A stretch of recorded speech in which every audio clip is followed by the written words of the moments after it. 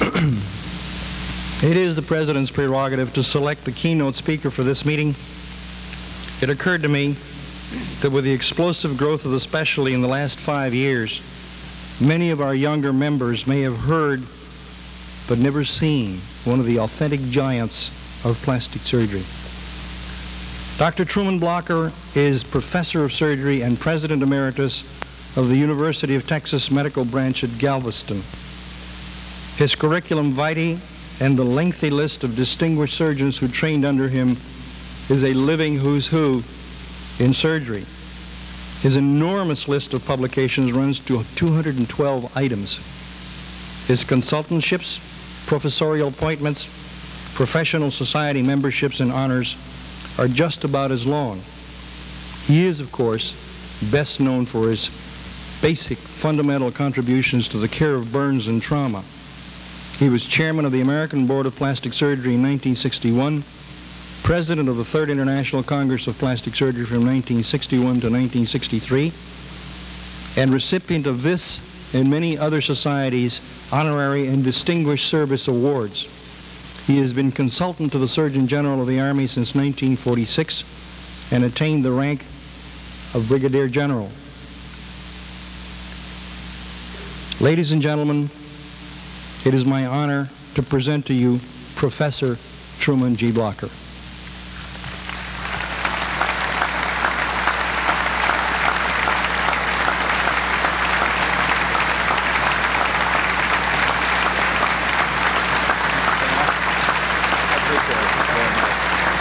Can I get this off? Yes, sir.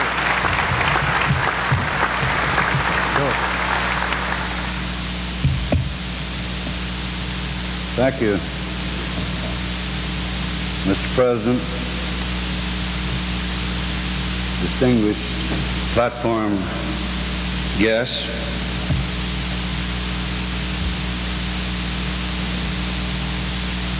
ladies and gentlemen. This is a real privilege, and I must say that our President has worked harder and has done such a fine job that I agree with Steph. It's beyond my comprehension. I graduated from the University of Texas Medical Branch in May of 1933, 50 years ago, before most of you were born. And during my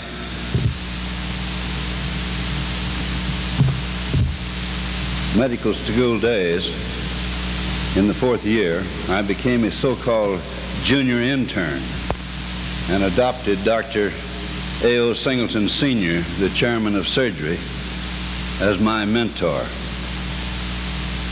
Although I'd already decided to be a surgeon, even as a youngster. At least my mama told me I was going to be. Dr. Singleton was one of the last general surgeons in America who could do and did do everything permitted by the anesthesia and technology of that era. And he knew all of the greats of the day throughout this country and Europe. In 1937, an organizing group of the American Board of Plastic Surgery came to Galveston at Dr. Singleton's invitation, and I was summoned over to the medical school and asked to take a picture of the charter members using Dr. Ivy's camera. A painting was made from this photograph, and Dr. Ferris Smith left it to me in his will. In the foreground are Blair and Dorrance and H.L.D. Kirkham, the host of the meeting, Stage Davis, Ivy, Risdon, Ladd, Ferris Smith, Pierce, and Kiskatten. Dr. Singleton's predecessor as chairman of the Board of Surgery was Dr. James E. Thompson, who helped to found the school in 1891. He devised the Thompson operation for cleft lip and was the first, so far as I can find, to use calipers for measurements in the operation. When I joined the staff in 1936, Dr. Singleton told me to do the palates and the lips since he had become a little tired of them, and thought that I might be artistic because I always carried colored pencils and made drawings of my operations on patients' charts. I also inherited the burns, which then were mostly old, chronically infected ones in children, sent in from all over the state. I was assigned to them partly because I was big enough to pick them up and carry them from the wards down to the tubs to cleanse them. I made friends with them and gained their confidence by doing tricks such as making playing cards disappear and flipping coins up my sleeve and then retrieving them from behind my elbows or ears. During a 2-year internship at Graduate Hospital in Pennsylvania, I worked under Dr. Robert Ivy, and while serving a short period as an instructor at Columbia Presbyterian, I came to know and admire Dr. Jerome Webster, shown here with Dr. Kasanjian of Boston. In 1939, Dr. Singleton invited Barrett Brown down from St. Louis to lecture and to make rounds on our service. Here he is shown with his wife Bird in 1954, sometime later. And Barrett at that time stayed in our house, and after reviewing my hospital cases, he suggested that I make application to the Board of Plastic Surgery, even though I had not had any formal training whatsoever with someone who could sponsor me. I passed the boards in general surgery in 40 and the plastic boards in 42.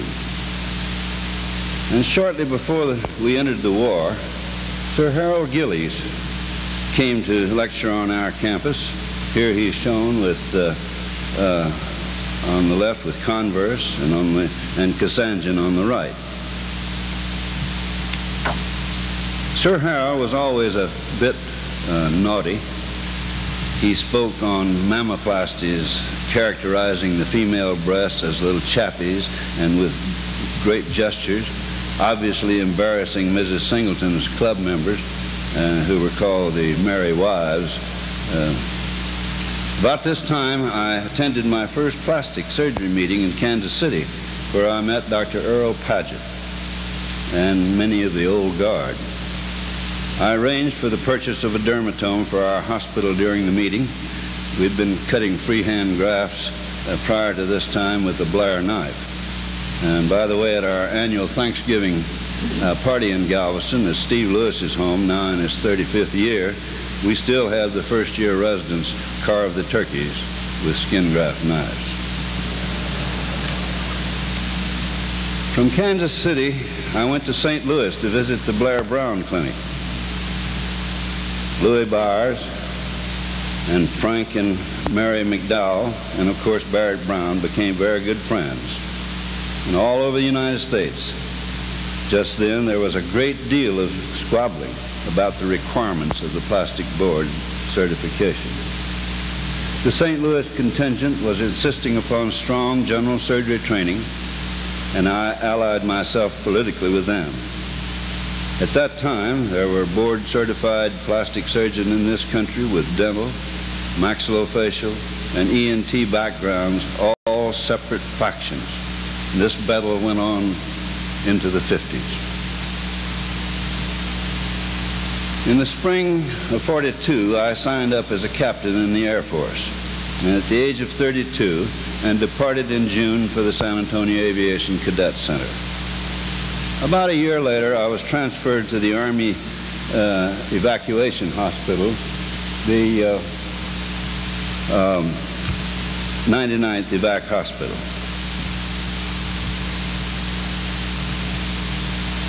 Which was training in the Mojave Desert. And just before it went overseas, I received orders to go in the opposite direction, to the Ream General Hospital, which was quartered in the luxurious Breakers Hotel of Palm Beach. I arrived there pretty sandy and with a red mustache, which I'd grown out of boredom. And in the summer of '44, I went as the head of the 7 newly formed plastic surgery units to Wakeman General Hospital at Camp Atterbury, Indiana, just in time to receive the casualties from D-Day. Our service at Wakeman at its peak numbered more than 2,000 patients, and we kept track of them on a huge bulletin board with a slot for each patient and various colored stickers to indicate the diagnosis, the pre- and post-operative data, furloughs, AWOLs, and so forth. And during this exciting tour of duty, I had assigned to me Dr. Lot Howard, who was on leave from the hand clinic of Sterling Bunnell in San Francisco. In fact, I traveled with Dr. Bunnell on several of his sojourns in the Army, and I named my son Sterling, who was born in 1948, after the two of them, Sterling Howard Blocker.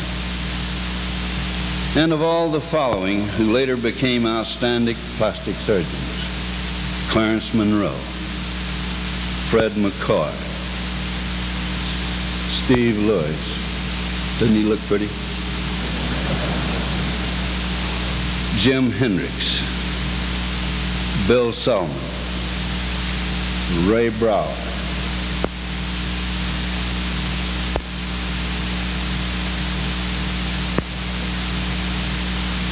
and later Tom Cronin. Tom had trained at the Mayo Clinic and had served overseas prior to joining us.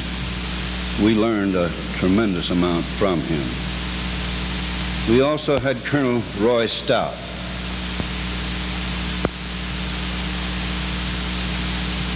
who had been chief of dentistry in the European Theater of Operations, and he came in 1945, and he's shown here on the right with me and the Surgeon General Hayes. Because I wanted jaw fractures and other maxillofacial cases to be treated on our service rather than being turned over to the dental services, I insisted upon having an oral surgery staff on the service. This was a big fight, but we won. After Colonel Stout retired in the 50s, he finished his career at the medical branch in Galveston. He had been a regular Army, and in his long years in the service, he had been the personal physician, a personal dentist to Pershing, MacArthur, Eisenhower, and many other notables. We always thought of that he thought of his residents as lieutenants. However, most of those residents thought he meant orderlies.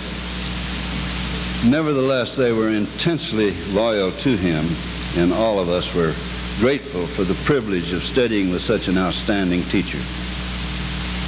During my second year at Wakeman, after I became chief of surgery, the heads of the various services met every afternoon in my little room in the BOQ for the so-called Children's Hour, as we called it that, to review the happenings of the day and to share a few drinks before going to the mess hall to eat.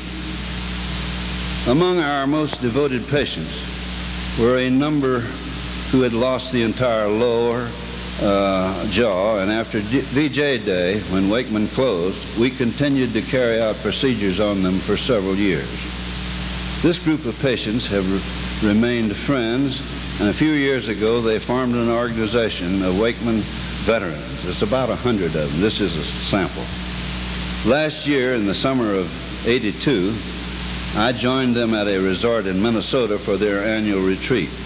It was strange to see these former patients of ours, now middle-aged men, and even old men. I suppose they were surprised to see how old I was, too. When I came back to the medical branch in Galveston after the war, I organized a plastic and maxillofacial surgery section with first one then 2, and eventually 3 residents per year. Fred McCoy was our first one, but stayed for only a brief time before leaving us for Ferris Smith's service in Grand Rapids. Bill Sullivan came next, followed by Jim Hendricks, and Jim arrived in time for the Texas City disaster in 1947. Soon after, we were able to secure from a deactivated Army unit near Galveston some barracks-type hospital buildings, which we called the Special Surgical Unit, SSU. We were there for 7 years. Our service included general plastic, maxillofacial, reconstructive surgery, malignancies of the head and neck, and burns. Ours was a very close group. Steve Lewis, who had been with us at Wakeman, came after a tour of duty at Valley Forge. Cliff Snyder, who had been in the Navy, came from Miami. And both Steve and Oscar Ulloa Gregori from Mexico, who was later head of plastic surgery at the University of Nuevo Leon in Monterey, did pioneer studies in tissue culture. In Christmas in 1952, Fernando Monasterio came, and we all fell in love with Leonor. Here are typical SSU shots. Oscar, Y.C. Smith, and Cliff, and next to me, Longacre, who was our visitor at that time, and Steve. Our service at the time of Jack Tuff's visit. Cliff is on the left and Steve on the extreme right. The staff with, at the time of the visit of Dick Stark. Our group in 1952, Fernando Monasterio is in the center at the back row, and Elias Perez, a visiting fellow from Lisbon, in the center on the front row. The staff with Littler on my right and Reed Dingman on the left, both visiting at the same time. Our service at the SSU also included Martin Algerber. Martin came from Switzerland. He spent a year with us doing research. He has later become the chief of surgery and also the dean at Basel, Switzerland, and he's now president of the International Surgical Society. The Plastic Surgery Travel Club came after we moved into the new quarters in 1950s. You see many of your friends there. In 1953, I became a member of the Surgery Study Section of the NIH. Many of you will recognize your former chiefs in this photograph, which included leaders in general surgery, orthopedics, and anesthesiology. I was appointed to the American Board of Plastic Surgery in '53, also as a representative of the American Surgical Association. And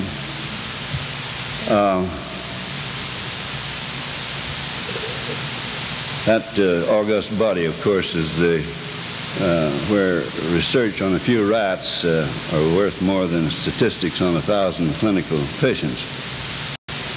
In '54, the year that Barrett Brown was president of the association, I was asked to host the meeting in Galveston, and a lot of greats were there. The night before the banquet, we had a Western party at the country club with many props for photographs and bandanas and Western hats for everyone. Here are a few of the pictures taken at that meeting. This is the group with the cigar store Indian saying how, the Hardys on the right and Ted Mills and on the left. The Websters with Steve and Audrey. And Stratzma and Brad Cannon. Barrett Brown and Al Davis. The Kiskaddens on the left with the Senior Straits on the right. And here are the Lewises with a stuffed friend. The following year, in 1955, marked the beginning of the International Congress of Plastic Surgery in Stockholm. It was organized by Tord Skog, here on the left, with Sir Harold Gillis, the keynote speaker. I became a member of the executive committee, which was set up according to languages. Sir Archibald McIndoe and I represented the English-speaking countries. Professor Burian, the Dean of European Plastic Surgery and a much-beloved figure, represented the Slavic group.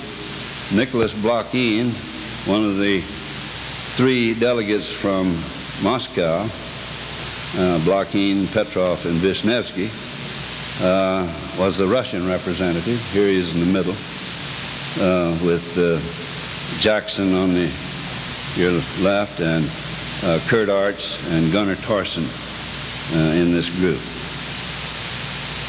This was the first time that Burian had been allowed out of Czechoslovakia since World War II, and the first time, so we heard, that the Russian delegates were permitted to come to a meeting without an escort.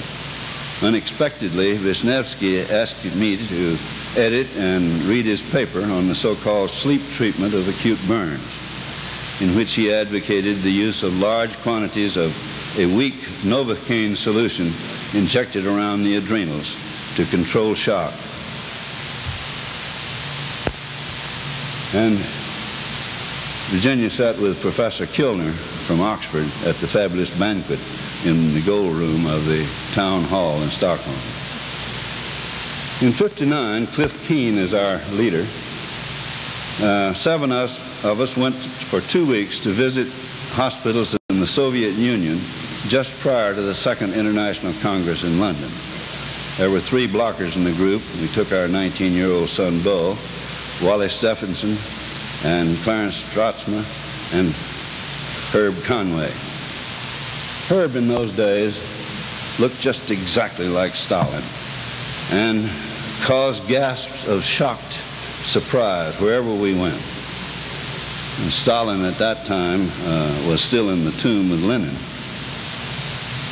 We were royally entertained by the 3 Soviet doctors whom we had met 4 years before in Stockholm. We had dinner at Vishnevsky with his family at his dacha, which happened to be about 100 yards from Khrushchev's dacha. We watched him do open heart surgery in his Surgeon General's uniform, using ice water as hypothermia. And at the Sklifosovsky Institute, we saw Petrov demonstrating the stapling machine, operating upon a case of relief of stricture of the esophagus with a jejunal transplant, and using transfusions of cadaver blood. We spent a day at the Cancer Institute with Blokhin, who was director, and also he was president of the Academy of Medical Sciences. We saw a ward of 9 patients who had lost their entire nose from bites by wolves. We saw and did a lot.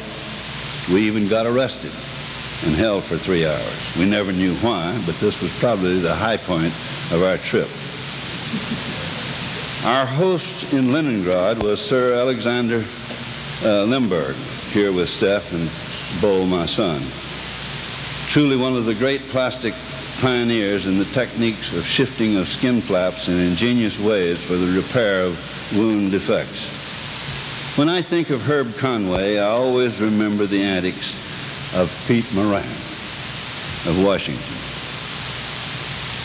who at one meeting dived off of a 20-foot board into a swimming pool when he was fully dressed in his tuxedo just to collect a bet of $10. At the first meeting which we attended in Washington, he had arranged with J. Edgar Hoover for us to be on file as criminals and for association members to hear a fake Russian broadcast which mentioned some of us. In Dallas once, he stood near the door inside Neiman Marcus and called out loudly, "Turn around, honey. Let me have a look at you," and at every woman who passed. And most of them did, muttering, "Who is that crazy Texan?" He loved to tease Herb Conway, and at meetings would get some member's wife to call on the telephone in a disguised voice and ask him to meet her in a bar just for a drink. Then as Herb came rushing down out of the elevator, Pete would jump out from behind a pot plant, laughing like Hawkeye in MASH. Actually, on one occasion, he bet us all $50 that he could have his hand on the breast of the next woman who came through the door in 5 minutes. We each had to pay our $10.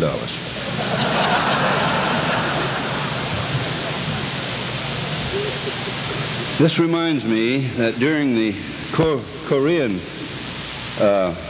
conflict, I went in 1953 as Army consultant to Japan and Korea, traveled along the lines of combat in a flimsy helicopter with a big rock on one side on the side of the pilot to help balance it. And I visited some real MASH units, including the one where Kurt Arch was stationed.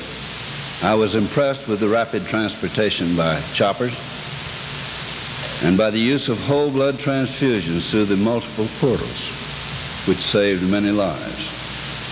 During the night, we watched our artillery fire, and Kurt made me a baked Alaska with a tiny electric ice cream maker and a blowtorch to brown the meringue on top.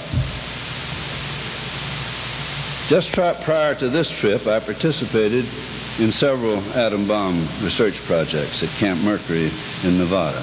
I'm the one in the middle. This was good preparation for a visit to Hiroshima, where I lectured at the medical school and operated upon several A-bomb maidens. In 1960, I was chairman of the American Board of Plastic Surgery. And here's a cartoon made at the time and presented to each of us by Jimmy Johnson of Los Angeles. I was president of the Third International Congress of Plastic Surgery, which met in Washington in '63. I had meanwhile turned over the chairmanship of surgery at the medical branch to Steve Lewis when I became head of the Department of Surgery. And here we are crying over my plaque. Here's some other pictures from this meeting. Dinner at the Mayflower with distinguished guests. Here are the Websters, Dave Matthews from London and his wife, Torrance Skoog in Virginia in the foreground. The Executive Committee of the Congress, beginning at the left, Carl Schuchart, Olga Burian, Professor Burian, Skoog, Savanero Rosselli, and others. On the other side of me, Dave Matthews, the stenographer, Malbec, Morel Fatio of Paris, and Ray Broadbent. The officers at the head table after the banquet, us, the McDowells, the Willie Whites, I understand he's at this meeting, and I'm glad, the Broadbents, the Matthews in this photograph. Also presenting the gavel to Savanero Rosselli, who was the host at the Fourth Congress in Rome, and Antia, who is to be the host at the next Congress in India, the 9th. In '64 to '74, I happened to be the executive director of a medical branch in Galveston and later president. In February of '77, I went for 2 years as acting president of the University of Texas Health Science Center in Houston. Meanwhile, I'd been very much involved in acquiring for the medical school in Galveston a truly first-class history of medical library. And this project still takes a good bit of my time, and since I'm working still on a half-time basis. I missed the 4th International Congress in Italy and the 5th in Australia. I attended the 6th in Paris in '75, and in '76, Cliff Snyder and I went to visit the haunts of the great Renaissance surgeons throughout Italy and France. I talked about this trip at the Society meeting in Houston when Jim Hendricks was president. I don't write anything anymore. I just give talks on old books. About 20 years ago, I became a rock hound. And at the 7th Congress of Plastic Surgery in Rio, here I am on the stage with Dr. Baruti, I took off in a taxi between sessions to visit the rock and gem shops and buy some rough stones for faceting. I'm getting to be an expert. Our surgeon son, Sterling, went with Virginia and me to Brazil, and this was a great idea to take him along because in the evenings when nothing official was planned, he could take his mother out to dinner while I rested in bed, admiring my rock purchases and watching Donald Duck in Portuguese on television. I was highly gratified at the 8th Congress in Montreal this summer to hear reviewed each morning the recently truly exciting advances in plastic surgery. And I feel that our specialty rests on a sound foundation. I wish I could start over again. Steve Lewis tells me that approximately 90 residents have completed their training in Galveston at the University of Texas, in addition to many foreign fellows for short or long periods of time. For example, Fortunato Benaim of Buenos Aires and Fernando Monasterio of Mexico City, whom I have already mentioned. The two of them escorted me to South America in '68, the year I had the Foundation Award, and a number of my former residents have been members and chairman of the American Board of Plastic Surgery, and several have been president of one or more of the principal organizations. As a matter of fact, Jim Bennett is the new president of the association, and J.B. Lynch, here with Gene, takes over at the end of this meeting as president of this society. I'm sorry that Scotty Bennett's picture was out of focus, and Jim sent it to me. I don't know why he let it get out of his office out of focus. I'm extremely proud of our boys and grateful to them for organizing the Blocker-Lewis Society, which Steve and I are with Virginia and Audrey at the unveiling of the medallion. And as I look through my slides and photographs and think over the years, I'm saddened to realize that how many of the greats in plastic surgery, of whom I have stood in such awe, are gone. Of course, some of our trainees will be the new greats, but we used to have a lot of fun when we were all young, or at least younger. I wish I could hear Tom Baker once again play the piano and sing "Gladys Isn't Gratis" anymore. And to listen to one of Gil Eads' truly inspired farewell skits for departing residents. This is a great team. In fact, I've dubbed them the A-Team. Dave Grant, Tom, J.R. Smith, Wes Washburn, and Gil Eads. Finally, on one last tidbit of my store of memories, in the summer of 1972, while I was president of the medical branch, I was asked to serve simultaneously for a few months as head of the University of Texas Health Science Center in San Antonio. They furnished me an airplane, and many times I would go back and forth twice in the same day. This was during a period of typical academic political turmoil, and I first directed that all the faculty members stop talking to the press and to register their complaints only through proper channels. Of course, this action was duly reported in a newspaper cartoon, the original of which was given to me by the artist. It portrays plastic surgeon's first operation. I think this is a good time to stop, and good advice for us all. And I'm sure with the potent editorials of your president, President Gorney, will agree with this.